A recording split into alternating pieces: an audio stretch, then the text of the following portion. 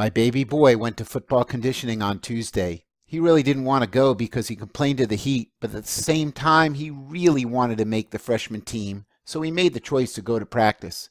At the end of practice, I got a call that my son had fell over while taking a knee after practice, but an ambulance wasn't called. By the time I got to him, he was in horrible condition. He couldn't speak, see, had no control of his muscles, and couldn't stop vomiting. I immediately called 911. We sat in the hallway at St. Joseph's for 4 hours with his heart rate at 150. Finally, after being seen by a doctor, he was determined that it be needed a higher level of care and was airlifted and admitted to UC Davis ICU. That is where a team of doctors determined that my son suffered from a severe heat stroke, which led to acute kidney damage, heart damage, muscle breakdown, and liver damage. His entire body was shutting down, and I almost lost him. He's doing better, but has a long way to go. Jaden Jones, age 13, August 2017. Medical experts say the death of Korey Stringer was entirely preventable. All-pro tackle, Minnesota Vikings. He had a history of needing IV fluids due to the heat. Day 1 of practice, summer 2001. The heat index 109 degrees. In the AM, he had an upset stomach and was given Tums. In the PM, before practice, he was given Gatorade. During practice, he vomited 3 times. He was sent to an on-field medical trailer, but he was not examined by the doctor, even though the doctor was present. He lost 6 pounds. Day 2 of practice, heat index 111. He was down 4 pounds. He was in full gear. He struggled. He vomited. He fell more than once. He fell at the end of practice at around 11:15 a.m. He got up and walked to the athletic trainer in the trailer. No blood pressure, no temperature, no pulse, no ambulance. On the table, he was unresponsive. Finally, an ambulance was called at noon. No cooling was done prior to taking him to the hospital. His temperature was taken at 12:35 p.m. It read 108.8 degrees. Cooling was done with ice bags. He died on August 1st at 1:50 a.m. Heat injuries. From 2010 until 2015, 20 athletes died as a result of heat stroke. This 5-year block was greater than any 5-year block in the past 40 years. Are things getting any better? 2017, high school student dies after football conditioning. Hypothermia, likely cause in Kent State athlete Tyler Heinz's death. Riverdale High football player Zachary Polsenberg died Monday, July 10th due to complications of heat stroke he suffered at a June 29th summer workout, 2017. Contrary to popular belief, heat illnesses do not necessarily exist on a continuum. You do not need to have heat cramps or faint before you have heat exhaustion or heat stroke. It does not have to be 100 degrees, nor does an athlete have to be dehydrated to have heat stroke. Synthetic turf can be 35 to 55 degrees hotter than on grass. In heat illness, there are 2 main issues: dehydration and increased body heat, or hyper, meaning high, and thermia, meaning heat. They may occur together or independently. Exercising in the heat can increase internal body temperature 1 degree every 5 minutes.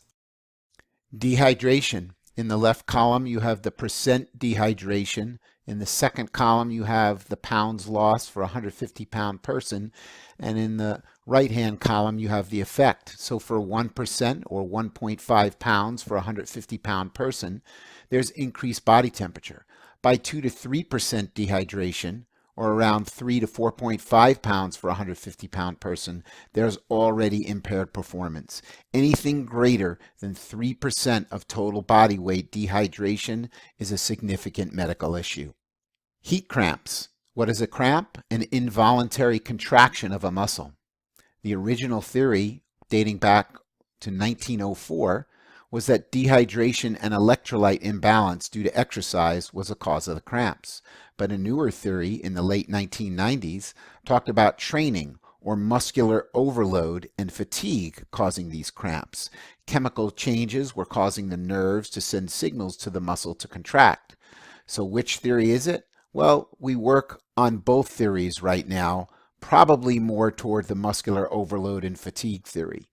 What to do? Remove the athlete from play, move into the shade, sipping cool water, gentle stretching and or massage, and then reviewing the athlete's training to make sure that cramping doesn't recur. Heat rash looks pretty ugly. It's caused by a blockage of the sweat ducts, which results in a leakage of sweat into the epidermis or dermis, the layers of the skin below the top layer. There are small pinkish pimples, usually found on areas covered by clothing. It can develop within minutes or hours after sweating. The key factor here is that if you see it, these athletes are at risk for further heat issues like heat exhaustion and or heat stroke. Heat exhaustion. What are the symptoms? It's hard to keep playing, profuse sweating, loss of coordination, dizziness, fainting, GI, gastrointestinal issues, muscle cramps, headache, nausea and or vomiting, diarrhea, weakness. What's the treatment? Stop the activity, remove the athlete from play. The athlete does not return that same day once they're removed for heat exhaustion. You move to a cool shaded environment, remove excess clothing, elevate the legs above the heart, cool with cold water, fans, cold towels, ice packs. Rehydrate slowly with chilled water or a sports drink as long as the athlete is not vomiting or nauseated. If you know how to do it, monitor vital signs. The athlete should improve rapidly. If not, call EMS.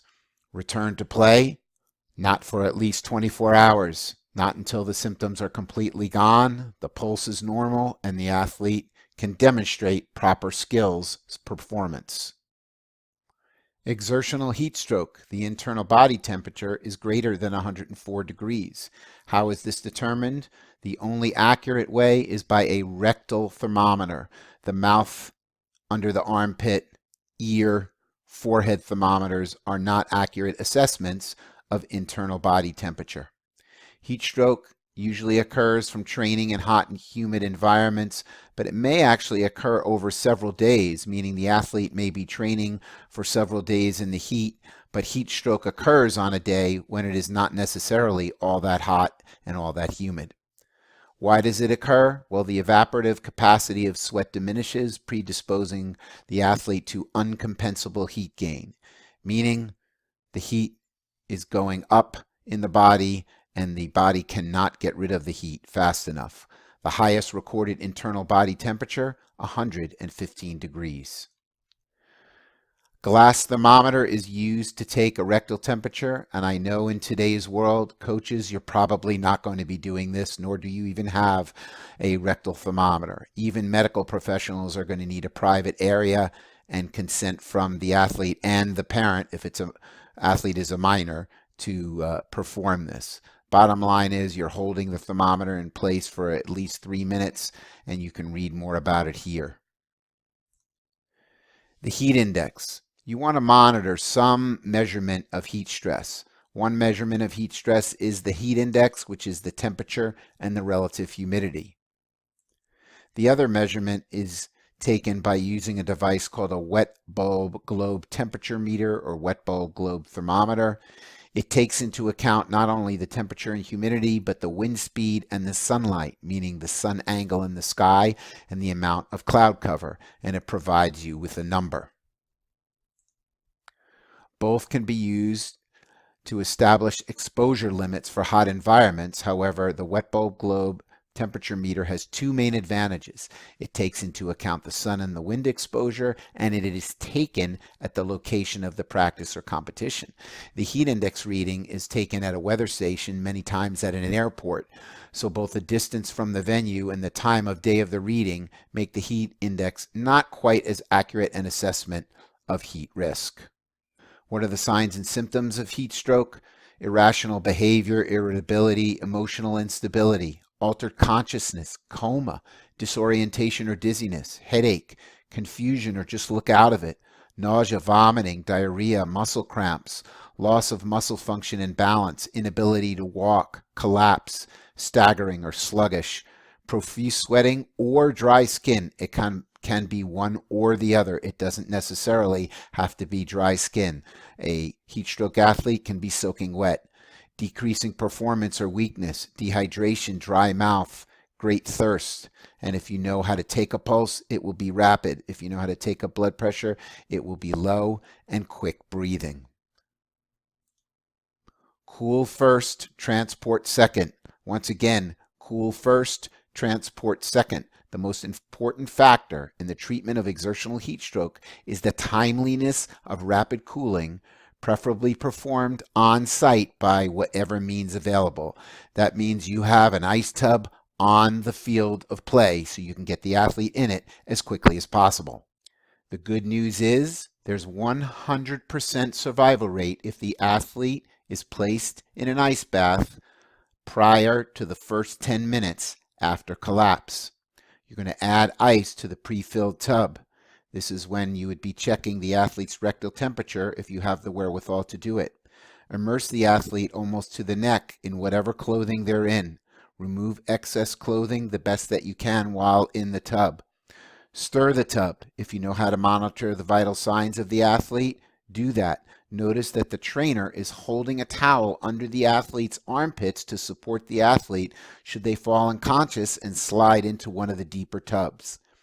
Shivering may occur, and you may need to actually remove the athlete from the tub. If you know the rectal temperature and you're able to do it, you want to remove the athlete when the rectal temperature is 102 degrees. But since you're probably not going to have the wherewithal or have done that, you need to know that cooling occurs about 1 degree every 3 minutes. About the highest temperature seen in an ER is going to be 108 or so degrees. So if we know that it's 1 degree every 3 minutes, 15 to 20 minutes in the tub should get that athlete to that 102 degree mark, and hopefully EMS will have arrived and will have taken over the situation and gotten a rectal temperature. You want to time how long the athlete has been in the tub so you can report that to EMS. You can also use a tarp, tossing water in the tarp and ice in the tarp. That is second best to the ice tub. You can use ice packs, the neck, the armpits, and the groin. So what does a heat injury prevention and emergency plan look like? Athletes need to acclimate to the heat over a minimum of 8 to 14 days. That said, if your child has been and your athletes have been inside all summer, it may take a month. If you're in Texas, like I am here as I narrate this course, it's going to take more than 14 days for your child to get in shape and acclimate to the heat. So gradually increasing intensity in the length of practice and understanding what your athletes have been doing all summer is really important. A heat plan also includes following that wet bulb globe temperature reading or the heat index. Pick one and you're going to follow the guidelines for each. We'll go over that. You need a shaded area with one of those easy up tents, that kiddie pool, ice bath, plenty of ice, spray bottles, and cooling towels. The athletes, they need to be weighed twice a day before and after practice. Remember that 3% weight loss is a medical issue. You want to replace every pound loss with about 16 to even 24 ounces of fluid. But here's the thing. The athletes must sip it, not gulp it.